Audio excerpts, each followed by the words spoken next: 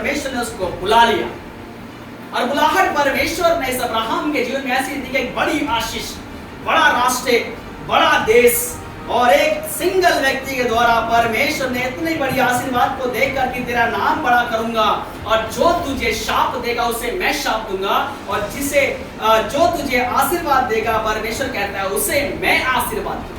Hallelujah. बड़ा राष्ट्र बनाने के लिए, बड़ी आशीष को देने के लिए एक सिंगल व्यक्ति को संसार के अंदर परमेश्वर ने चुन लिया। हालेलुया।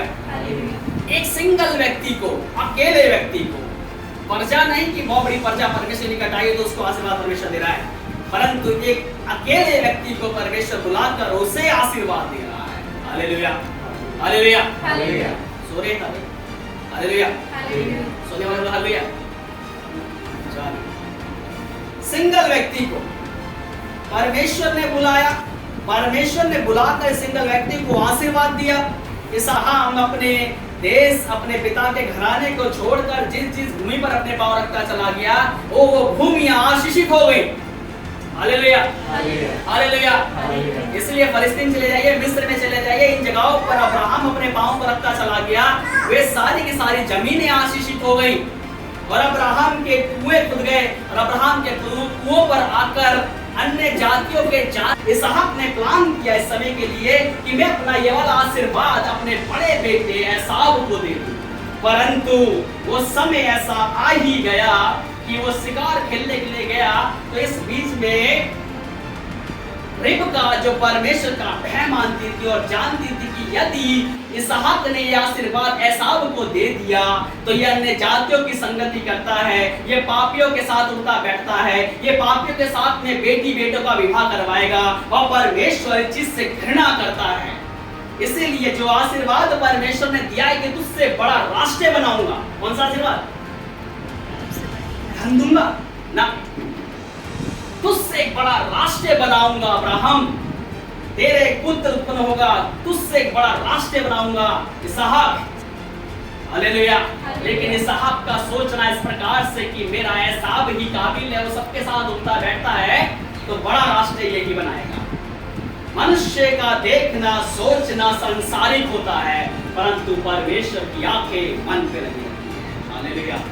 रिबका इस बात को जानती थी कि उसने अपने सास से, अपने ससुर से, अपने पति से ये शिक्षा प्राप्त करी थी कि परमेश्वर का भय मानना बुद्धि का मूल है, और परमेश्वर हमारे द्वारा एक राष्ट्र बनाएगा, परंतु तभी बनाएगा जब उसका हम भय मानेंगे और अन्य जाति की संगति नहीं रखेंगे तब। लेकिन ऐसा और सारा आशीर्वाद जो उसने अब्राहम से प्राप्त किया था कि तुझसे एक बड़ा राष्ट्र बनेगा, तुझसे सारे देश की जातियां आशीषित होंगी, पृथ्वी के कुल तेरे द्वारा आशीष पाएंगे, और तू इनका मूल पिता हो जाएगा। वैसा ही हो गया। हालेलुया। कितना जान जाए वचन ना चाहे, बंदूक की गोली मुंह से निकली, गोली वापस नहीं आती। अब मैं 50 दफे कहता चलिए अपनी गोली का ध्यान रखना, अपने मुंह से क्या बोलते हो, अपने व्यवहार का ध्यान रखना, क्या व्यवहार करते हो, अपने चाल चलन का ध्यान रखना, क्या चाल चलन चलते हो, परमेश्वर देखता है।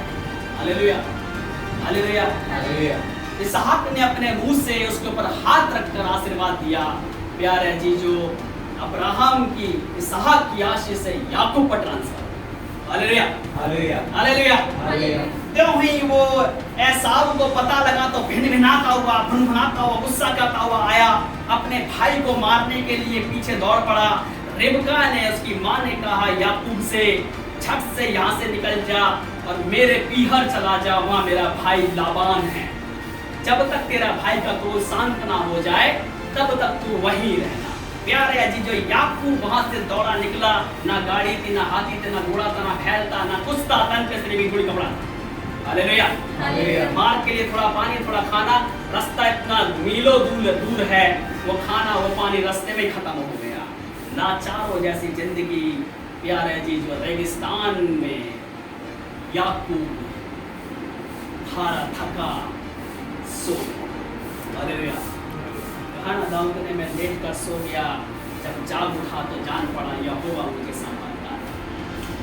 वैसे ही याकूब हारा थका लेट कर सो गया, यहोवा की गोद में आ गया।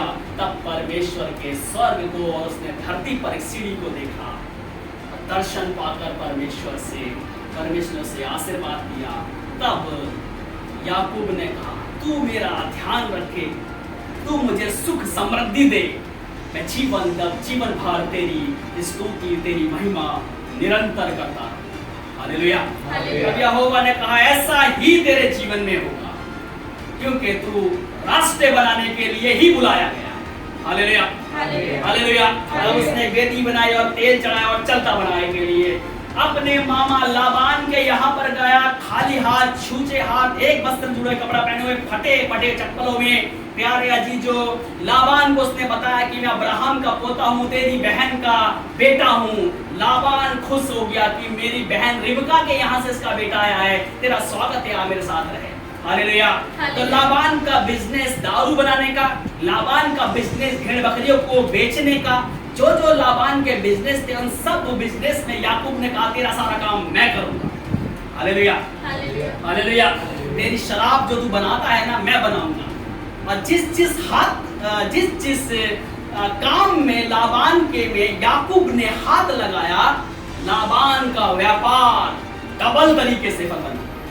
Hallelujah hallelujah. लाबान का व्यापार डबल तरीके से फलवंत हो गया। तब जो उसका कुछ हिस्सा था, परसेंटेज था, वो याकूब रखता था। ये डील हुई इनके बीच में।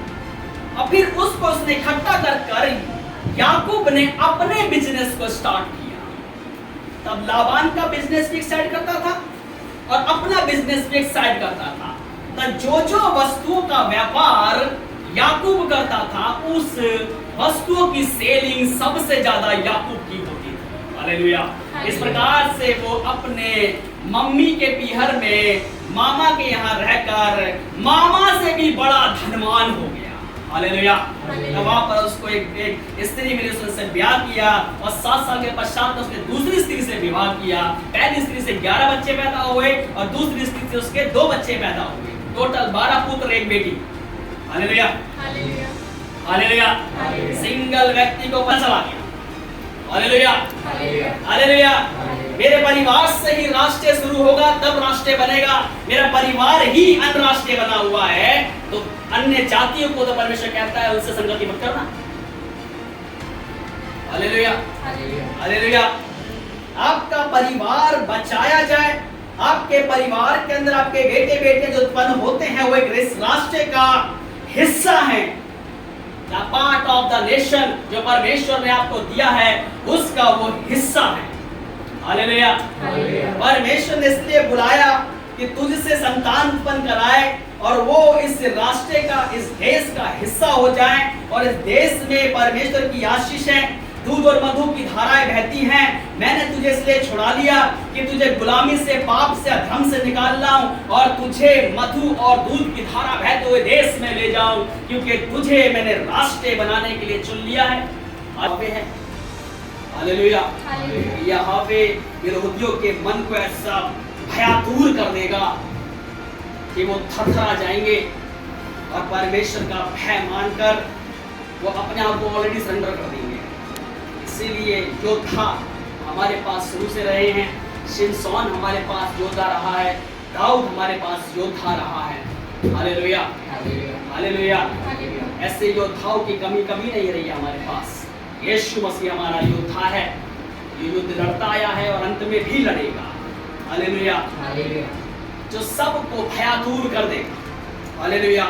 लेकिन तो भी हम शांति में जीवन जीते हैं, क्योंकि प्रभु यीशु मसीह के हम लोग अनुयायी हैं, फॉलोअर्स हैं। Hallelujah hallelujah.